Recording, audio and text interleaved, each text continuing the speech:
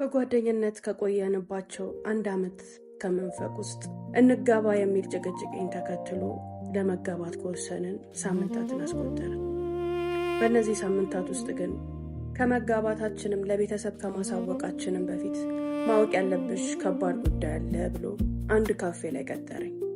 ከሻዩ ከቡናው ከትንሽ ጨዋታና ሰላምታው በኋላ ኮስተር ደንደን ብሎ እንዲህ አለኝ። የኔ ልብ ውስጥ ልክ እንደ ሐውልት የተተከለች አይኔ ላይ ጠዋትና ማታ የምትንከራተት በህይወት ዘመኔ በየትኛውም ዘመኗና እድሜዋ 10 ልጆችን ወልዳ ጃሽታ አርጅታ እንኳን ባገኛት የኔ ላረጋት የምለፋ የምደክምላት ውድ ሴት አለች። ልቤ ውስጥ የማፈቅራት እምወዳት መቼም ቢሆን ለራሳት የማልችለው የትኛውም ሴት እኔ ህይወት ውስጥ መታ እሷን ልታስረሳኝ ቀርቶ የእሷን ፍቅር ልሸረሽረው ቀርቶ ይበልጥ ትዝታዋ እንዲባባስና ይበልጥ ናፍቆቴም እንዲበረታ የምታደርግብኝ ውድ ሴት እኔ ልብ ውስጥ አለች። ይሄ ልብ ከሷ ውጪ ለማንም ክፍት ሊሆን አይችልም። ከሷ ውጪ ማንንም ማፍቀር አይችልም። እሷንም መርሳት አይችልም። አንቺ ይህን ልብ ከተሸከመ ሰው ጋር ነው ለመኖር እየወሰንሽ ለማግባትም እያሰብሽ ያለሽው። ይህን ነገር ትቋቋሚዋለሽ፣ ትችይዋለሽ። ከማይወድሽ ከማያፈቅርሽ ልቡ ላይ ተሸክሞ የሚዞረው የፍቅር እሳት ካለው ሰው ጋር መኖር እድሜሽን ማሳለፍ ትፈልጊያለሽ ወይ? ይሄን አውቀሽ ጋብቻውን ወስኚ ያለኝ። በጣም ከምታፈቅሪው ከምትወጂው የኔ ብለሽ ከተቀበልሽው ሰው ላይ ልብ ውስጥ ቅንጣት ታክል ቦታ እንደሌለሽ፣ እንደማትወደጂ፣ እንደማትፈለጊ ከዛም አልፎ ደግሞ የምትወደድ የምትፈቀር የማትረሳ ሌላ ሴት እንዳለች እንደማወቅ በህይወት ውስጥ እንደ መጋዝ የሚገዘግዝና እንደ ስለት የሚቆርጥ ነገር የለም። ውስጤ ቁርጥ አለ፣ ልቤ ቁርጥ አለ። በዛ ሰዓት ከዓይኖቼ ዘንቦ የነበሩት እንባዎች እንጂ ምንም ቃላትን መተንፈስ አልቻልኩም። በጣም የምወደው የማፈቅረው የእሱ ፍቅር እኔ ልብ ውስጥ እንደ ሐውልት የተተከለለት ሰው የእሱ ልብ ውስጥ ግን እኔ የለሁም። ቅንጣት ታክልም ቦታ የለኝም። ሌላ የሚወዳትና የሚያፈቅራት ሴት እንዳለች እያወቅኩኝ አብሬው እንድኖር ካልሆነም ደግሞ ከህይወቱ እንድወጣ እየተጋበዝኩኝ ነው። ምርር ብዬ አለቀስኩ። ገና 18 ዓመቴ ነው። እሱ ደግሞ 20ዎቹ መጨረሻ ላይ ወንበሩ ላይ ተደላድሎ ጀንተል ብሎ ምንም እንዳልተፈጠረ ያህል ኮስተር ብሎ ይመለከተኛል። እኔ ግን ትቅ ብዬ አለቀስኩኝ። አዎ የፈለገው ነገር ይሁን አገባሃለሁ። እንደማትወደኝ እያወቅኩ ምትወዳት ሴት እንዳለች እያወቅኩ ምትጠብቃት ሴት እንዳለችም እያወቅኩ ቢሆን አገባሃለሁ አልኩት። ወደ ጠረጴዛው ፈርከክ ብሎ ፈገግ ካለ በኋላ ቀላል ውሳኔ እየወሰንሽ አይደለም፣ በደንብ አስቢበት። ይሄ ለአንቺ ብቻ አይደለም ለእኔም ከባድ ነው። አሁንም ደግሜ ልንገርሽ፣ በደንብ አስቢበት ብሎኝ ከተቀመጠበት ቦታ ተነስቶ እዛው ተቀመጥኩበት ቦታ ጥሎኝ ሄደ። በዓይኖቼ የተከተልኩት ርቃ ያራቀችውን ትታ ያልተወችውን እስካሁን የምትፈቀር የምትወደደዋን እሱ ልብ ውስጥ ያለችዋን ሴት መልኳን ሳላቀው፣ ቦታዋን ሳላቀው፣ አድራሻዋን ሳላቀው ቀናሁባት። በሞተች በጠፋች ለቅሷን ሰምቶ እርሙን ባወጣ ብዬ ሞቷን ተመኘሁላት። ለእኔ ጆሮ በዚች ደቂቃ የሰማኋት ነገር የሚመርም የሚሰቀጥጥም ዝግንን የሚል ነገር ቢሆንም እሱን ከማሰብ ውጪ ስለ እሱ ከመጨነቅ ውጪ ሌላ ነገር ግን ማሰብ አልቻልኩም ነበር። ይሄ ግንኙነት ይቁም፣ ይሄ ትዳር ይቅር፣ እሱን ማግባት አልችልም የሚሉ ሀሳቦች ለደቂቃ እንኳን አልመጡልኝም። ግዴታ ነው፣ እሱን ማግባት አለብኝ። ፈቃደኛ ሆኖ ብቻ ያግባኝ እንጂ እኔማ ከነምኑም ከነምናምኑም ከነጉዑዝነቱም አግብቼው ችዬው ኖራለሁ እያልኩ ተብሰለሰልኩ። በዛይ ሴት እየቀናሁ፣ በዛይ ሴት እየተቃጠልኩ። ቁሩቅም አይደለችም፣ ቅርብም አይደለችም። እሱን የሚያውቅ ሰው ሁሉ ስለ ፍቅረኛው ስለዛች ሴት ያውቃል። እናቱ፣ አባቱ፣ ቤተሰቦቹ፣ ጓደኞቹ የእሱን የልጅነት ፍቅርና ታሪክ እማያውቅ ማንም የለም። ዛሬም የተለያዩ ሴቶችን ህይወት ውስጥ እያመጣ ለማግባት ጫፍ ላይ ሲደርስ ልክ ዛሬ ለእኔ ነገረኝን አይነት መራራ እውነት ሲነግራቸው ሁሉም ሴቶች ከዙሪያ ይወጣሉ። እኔ ብቻ ነኝ ያንን መራራ እውነት ሰምቼ እንኳን እንደ መዥገር ላዩ ላይ ተጣብቄ አልለይም፣ አልፋታም፣ አገባሃለሁ የሆነው ይሁን ብዬ ሙጭጭ ያልኩበት የመጀመሪያው ሴት። እሱ ማግባት የሚፈልገው የእናቱን የአባቱን የቤተሰቡን ጭቅጭቅ ለመራቅና ለመራቅ ብቻ ነው። ሌት ተቀን አንተ ቆመህ ቀረህ፣ እኛ ግን ወደ ቀብራችን እየሄድን ነው እያሉ የሚያለቅሱበትን እናቱና አባቱን ሀዘን ለማክሸፍ ሴቶችን ይቀርባል። ልክ ለማግባት አጥቢያ ሲቀረው ግን ይችን የመሰለች መራራ እውነት ሲነግራቸው ሁሉም ሴት እጄን አላስገባም ብላ ትሸሸዋለች። እኔ ግን ልክ እሱ ያፈቀራትን ሴት ያህል እኔ ደግሞ እሱን አፍቅሬው ነበር፣ እሱን ወድጄው ነበር። በልጅነት ልቤ በወጣትነት ልቤ ምንም ባልነካካው እሱን ብቻ አስገብቼ ነበር። እናም አንድ ነገር አሰብኩኝ። እኔ ሴት ነኝ። የሄደችን ሴት እያሰበ የሚኖርበትን ህይወት እመሰቃቅለዋለሁ፣ ከልቧ አወጣታለሁ፣ አሸንፋታለሁ። የእሱ ተወዳጅ፣ የእሱ ንግስት፣ የእሱ አንደኛ ተመራጯ ሴት እኔ ይሆናለሁ። እሱ ውስጥ ስኖር፣ ከእሱ ጋር ስኖር ያንም ማረክ ካልቻልኩኝ ምንም ሴት ሆንኩኝ። ወጣት ነኝ፣ ቆንጆ ነኝ። በእርግጥም እኔን ብቻ እንዲያስብ፣ እኔን ብቻ እንዲወድ፣ ያቺን ሴት ከልቧ አንቀሮ እንዲተፋት አደርጋለሁኝ እያልኩኝ ለራሴ ዛትኩ። ልቤን አጃጃልኩት፣ ህይወቴን አጃጃልኩት፣ እድሜን አጃጃልኩት። ይቺ ሴት ካገባች 8 ዓመታትን አልፏታል። የ5 ልጆች እናት ሆናለች። አዎ ባሌ የሚያፈቅራት የድሮ የልጅነት የወጣትነት ፍቅረኛው በዚህ ሀል ውስጥ ሆና በሚገርም ህይወት እዚሁ ከተማ ውስጥ አፍንጫችን ስር እየኖረች ያለች ሴት ናት። ያራቀችን ይችን ሴት ነው። አንድ ቀን ትመጣለች፣ አገባታለሁ፣ በመጣች ሰዓት በየትኛውም ሁኔታ ብትሆን እቀበላታለሁ እያለኝ እንኳን ለአገባው የተስማማሁት። የእሱና የእሷ ፍቅር አገር ያወቀው ፀሐይ የሞቀው ነበር። እንዲጋቡ በሚጠበቁበት ሳምንታቶች ውስጥ ግን አንድ ነገር ተፈጠረ። አባቷ አንቺን የመረጥኩልሽን እንጂ አንቺ የመረጥሽውን ካገባሽ አላቅሽም፣ አታቂኝም፣ ወይኔን ምረጪ ወይ የምታገቢውን ሰው ምረጪ ብለው መሀል መንገድ ላይ ሲያቆሟት አባቷን መረጠች። እናም በአባቷ በኩል የመጣላትን ሀብታምና ሚሊዮነር ሰው አግብታ እየኖረች ነው። ካገባች 8 ዓመት። የኔ ባል ልብ ውስጥ ግን ለዘላለም ተቀብራ ቀርታ ሌላ ሴት እንዳያይ፣ ሌላ ሴት እንዳይወድ፣ የወደዱትን ያፈቀሩትን ሁሉ እኔም ወዳትና ማፈቅራት አለች። አንድ ቀን ትመጣለች፣ አርጅታም ጃጅታም ብትመጣ እሷን ከማግባት እሷን እኔ ከማድረግ ወደ ኋላ አልልም እያለ ከህይወቱ ያስወጣል። የእናትና አባቱ ጭቅጭቅ ሲበረታበት ደግሞ ልክ እንደኔ ነፈዘችዋን ለማግባት ወሰነና እኔም ይሄን መራራ እውነት ተቀብዬ ሰርጉ ሆነ። ሀውለት በህይወቴ ከወሰንኩት አስቀያሚ ውሳኔ ይሄ ይመስለኛል። ይህ ውሳኔ እኔንም እሱንም መጥፎ ህይወት ውስጥ፣ መጥፎ ግንኙነት ውስጥ፣ ጸጸት ውስጥ የከተተን ነበር። እኔም መወደድን ፍለጋ፣ መፈቀርን ፍለጋ መሄድ የሌሉብኝን መጥፎ መንገዶች ሄድኩኝ።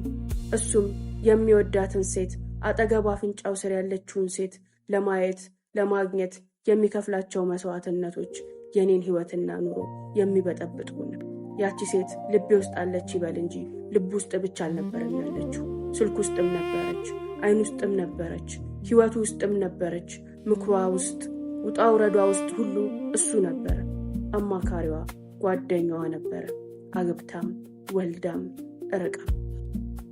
ባለቤቴ ያገባችውን የወለደችውን በትዳር ከ8 ዓመታት በላይ አስቆጥራ ከ5 ልጆች በላይ ያፈራችውን የቀድሞ ፍቅረኛውን አንድ ቀን ተፋታ ወደ እኔ ህይወት ትመጣለች ብሎ በጉጉት የሚጠብቅ ሰው ነው።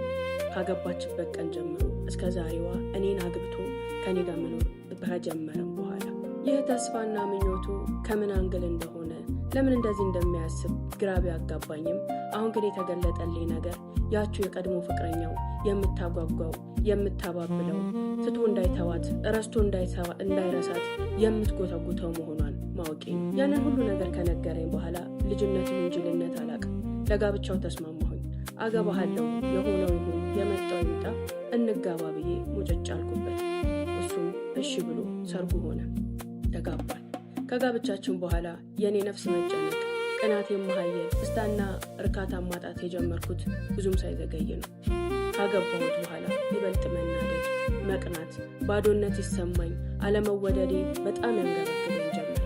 በዚህ ልክ የቀድሞ ፍቅረኛው ልብ ውስጥ አለች ብዬ እቀናለሁ፣ በዚህ ልክ ያለመፈለግ ስሜት ይሰማኛል ብዬ አላሰብኩበትም ነበር። ከማይወደኝ ሰው ጋር ነው አብሬ የምኖረው፣ ከማይፈልገኝ ሰው ጋር ነው አብሬ የምኖረው እያልኩኝ ቀን ከሌት ለራሴ ነግረዋለሁ። ቤታችን ዝም ያለ ቤት ነው፣ ጸጥ ያለ፣ ልክ እንደ ግዞት አይነት ነገር ነው ኑሯችን። ይገባል፣ ይወጣል፣ ይበላል፣ ይጠጣል፣ መላፋት፣ መሳቅ፣ መጫወት፣ መሳሳም፣ ብቻ እንደ አንድ ጀማሪ ባለትዳሮች ወይ ደግሞ እንደሚዋደዱ ሰዎች በመካከላችን ሊኖር የሚገባ ቅርርብ የለም ማለት ይቻላል። ከተጋባን በኋላ በፊት ከማውቀው በላይ ግግም ያለ ሰው ሆነብኝ። የሆነ ምንም የማይገባው አለ አይደል፣ ውስጤ ላይ የሆነች ሴት አለ በሚል ተልካሻ ምክንያት አጠገቡ ያለውን ህይወት ማጣጣም ያልቻለ ገገማ ፍጡር ሆነብኝ። ይመጣል፣ ስልኩ ላይ ያፈጣል፣ ይተኛል፣ ይበላል፣ ይጠጣል። በህይወቴ ውስጥ ምንም ነገር አያጎልብኝም። የምፈልገውን ነገር ሁሉ ያሟላልኛል። ጠይቄ ከሱ የማጣው ነገር የለም። ፈልጌ ከሱ የሚጎልብኝ ነገር የለም። ትልቁ ጉለታችን ግን ቅርርባችን ነው፣ መፈቃቀራችን ነው፣ መዋደዳችን ነው። አብሶ እኔ እሱ ልብ ውስጥ ቦታ የለኝም፣ አልወደድም፣ አልፈቀርም። እሱ የሚያፈቅራትና የሚወዳት ሌላ ሴት አለች እያልኩኝ ማሰቤ ስልኩ ላይ ባየሁት ቁጥር፣ ከቤት በወጣ ቁጥር የምነሳት የሚያንገበግብ ቅናትና እልህ ውስጥ እየገባሁ ነበር። መጀመሪያ አካባቢ ለራሴ ቃል ገብቼ ነበር ላልከታተለው፣ ላልፈላፈለው፣ በስልኩም ሆነ በውሎ ውስጥ የትዋለ ማንን አገኘ ከማጋ ወራ የሚል ላልሰልለው ለራሴ ቃል ገብቼ ነበር። በኑሮ ውስጥ ግን ያንን ማድረግ አልቻልኩም። ያገባችን የወለደችን ሴት አንድ ቀን ትመለሳለች ብሎ እንዲጠብቅ ያደረገው ነገር ምንድን ነው እያለ ጭንቅላቴ ከባድ ጥያቄን እየጠየቀኝ ሲመጣ ስልኩን ጠልፌ ስልኩን መከታተል ጀመርኩ። ስልኩን በመከታተል ሰዓት ነበረ ትልቁ ሚስጥር ያወቅኩት። ሀውለት ከዚህ ሴት ጋር ያልተቋረጠ ግንኙነት አላቸው። ያ ግንኙነት የስልክ የአካልም ጭምር ነው። ምስጢረኛው፣ አማካሪው፣ ወዳጁ፣ የቅርብ ሰው ናት። ሲከፋው የሚያማክራት፣ ሲጨንቀው የሚያዋያት፣ እሷም እንደዛው በየጊዜው በውሃ ቀጠነ ትንሽ እንኳን ሲጠፋባት ቴክስት እያደረገች ምነው ጠፋ፣ ዛሬ እንዲህ ተፈጥሮ፣ ዛሬ እንዲሆኖ፣ ናፍቀኸኝ፣ በዚህ ወጥቶ በዚህ ገብቶ የምትል ጎትጓችሁ ናት። የትኛውም ወሬያቸውን ዲሌት አላደረገም። እውነቱን ተናግሮ ሐቁን እንድጋፈጥ አስገድዶ ያስገባኝ ሚስቱ ነኝና እኔን ለመሸንገል ከኔ ለመደበቅ የሚሰርዘውም የሚደልተውም ኢንፎርሜሽን የለውም። የእሱ ቁርኝት ያለው ከኔ በኋላ ከበፊት ፍቅረኛው ጋር ነው። ያንን ደግሞ እኔም አውቀዋለሁ። ከመጀመሪያ ጀምሮ ሲያወራቸው ሲመጡባቸው የነበሩ መንገዶችን ሳጤናቸው አንድ የተረዳሁት ነገር እሷ አግብታ የራሷን ህይወት ኖራ የራሷን ህይወት መስርታ እሱ የራሱን ህይወት እንዲኖር ግን አትፈልግም። እያፈቀራት እያሰባት ስለ እሷ እየተንገበገበ እንዲኖር የምትፈልግ ሴት መስላ ተሰማችኝ። ምክንያቱም ወሬዎቿ እንደዛ ናቸው።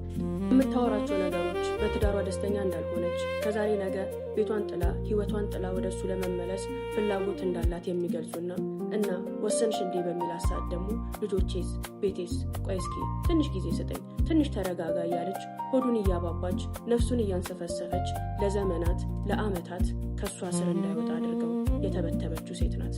የተረዳሁት ያንን ነው። ሁሌም የምታወራው ከባሏ ጋር ደስተኛ እንዳልሆነች፣ መውጣት እንደምትፈልግ፣ መራቅ እንደምትፈልግ ነው። አብሶ እንደዚህ አይነት ወሬዎችን የምታወራው ባለቤቴ ችላ በሚላትና በሚዘጋት ሰዓት መሆኑን አስተውያለሁ። ተስፋውን ለመቀስቀስ የምታደርጋቸው ጥረቶች የብልጣብልጥነትና የክፉ ሰው መንፈስ እንዳለበት ተሰማኝ። አዎ ይቺ ሴት ከባሌ ልብ ውስጥም ህይወት ውስጥም እንዳትወጣ ሆና የተቀረቀረችው እሱ ስለሚያፈቅራት ብቻ ሳይሆን እሷ በምትሰጠው ተስፋና እሷ በምታሳየው ፍንጭ መሆኑን ተረዳሁ እንጂማ ተወኝ በቃ፣ የራስን ህይወት ነው፣ የራስን ቤት አደራጅ፣ እኔ ባለትዳር ነኝ፣ እኔ ልጆች እናት ነኝ፣ ከዚህ በኋላ እኔን አትፈልግ፣ እኔን አታስብ ብላ ቁርጥ ዝግት ብታረግበት ኖሮ ሊተዋትም ሊቆርጥም እንደሚችል ተሰማ። ከእሷ እንዲቆርጥ ያላደረገው እሷ የምትሰጠው ተስፋ ነው ብዬ አሰብኩኝ። ይህ ነገር ለእኔ ቀላል አልነበረ። ይህን ህይወት ስጀምረው ሙሉ ለሙሉ የባሌ ልብ ተቆጣጠሪ ጎበዝ ሚስት ለመሆን ለራሴ ቃል ገብቼ ነው። በኖርንባቸው 1 ዓመታት ውስጥ ግን ያን ነገር ማድረግ አልቻልኩም። ይበልጥ ካገባኝ በኋላ ኢግኖር እያደረገኝ፣ ቸልተኛ እየሆነብኝ፣ አላሳቢ እየሆነብኝ፣ ንቀቱንና መገፋትን እያሳየኝ ነው የመጣው። እኔ ግን ያን ነገር እንኳን እያሳየኝ ፈልጌና ፈቅጄ የገባውበት ህይወት ነው። ከሱ መፈቀርን፣ መወደድን፣ መታቀፍን መብት አይደለም፣ እንደማይወደኝ እንደማያፈቅረኝ ነግሮኛል ብዬ ራሴን አስታግሳታለሁ። ያ ነገር ግን ያስፈልገኝ ነበር። የሆነ ሰዓት በኋላ በጣም ፍቅር ራበኝ። ፍቅር ይረባል ወይ ልትሉኝ ትችላላችሁ። አዎ ፍቅር በጣም ይረባል። አብሶ የምትወዱት ሰው ሌላ ሰው እንደሚወድ እያወቃችሁ እናንተን እየገፋችሁ ለእናንተ ፊት እየነሳችሁ የልቡን ትርታና መንገብገቡን ለሆነ ሰው እንዳረገ ስታቁ እኔስ ያ ነገር አይገባኝም እንዴ? እኔስ መወደድ አያምርብኝም እንዴ? እኔስ ምድር ላይ የሚወደኝ ሰው አልተፈጠረም እንዴ ብላችሁ እንድታስቡ ያደርጋል። የሆነ ሰዓት ላይ እንደዛ ይሰማኝ ጀመር። እኔም መወደድ ያስፈልገኛል፣ እኔም መፈቀር ያስፈልገኛል፣ እኔም የሚያዳምጠኝ፣ የሚያቅፈኝ፣ የሚወደኝ፣ የሚሰማኝ ሰው ያስፈልገኛል። ይህን ፍቅር ከባሌ እንደማላገኝ ሳቅ። ለወትሮ ብቸኛ የነበርኩ ብሆንም የሆነ ሰዓት ላይ ግን ጓደኞች ፈለግኩኝ። የሴት ጓደኞች ትምህርት ቤት ላይ የተውኳቸውን ካገባው በኋላ የራቅኳቸውን ያላገቡ ወጣት ጓደኞቼ ጋር መገናኘት፣ ሻይ ቡና ማለት፣ መውጣት መግባት፣ በቃ እንደ ባለ ትዳር ሳይሆን እንደ አንዲት ወጣት ሴት መኖርን ተያያዝኩት። እነዛ ጓደኞቼ ያላገቡና ገና ወጣቶች ናቸው። እንደነገርኩሽ እሱን ያገባሁት 10ዎቹ ዕድሜ ላይ ሆኜ ነው። ካገባሁት ከ1 ዓመት በኋላ ነው ከጓደኞቼ ጋር እንደ አዲስ ተገናኝቼ የወጣትነትን ላይፍ ማሳለፍ የጀመርኩት።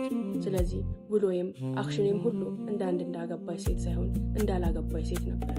ከጓደኞቼ ጋር በመማከር ሰዓት ከሱ ጋር ያለውን ግንኙነታችንን ውስጡ ላይ ያለውን ነገር በምነግራቸው ሰዓት በጣም አላገጡብኝ። ከማይወድሽ ሰው ጋር እንደዚህ ዲስሬስፔክት ከሚያደርግሽ ሰው ጋር እንዴት ነው የምትኖሪው? ምን ሆኖሽ ነው? ምን ነክቶሽ ነው? እያሉ አንገበገቡ። መጨረሻ ላይ ግን አንድ ነገር ተስማማን ከጓደኞቼ ጋር። እቺን ሴት ሄደሽ አግኛት፣ ሄደሽ አውሪያት የሚል ነገር ገፋፉ።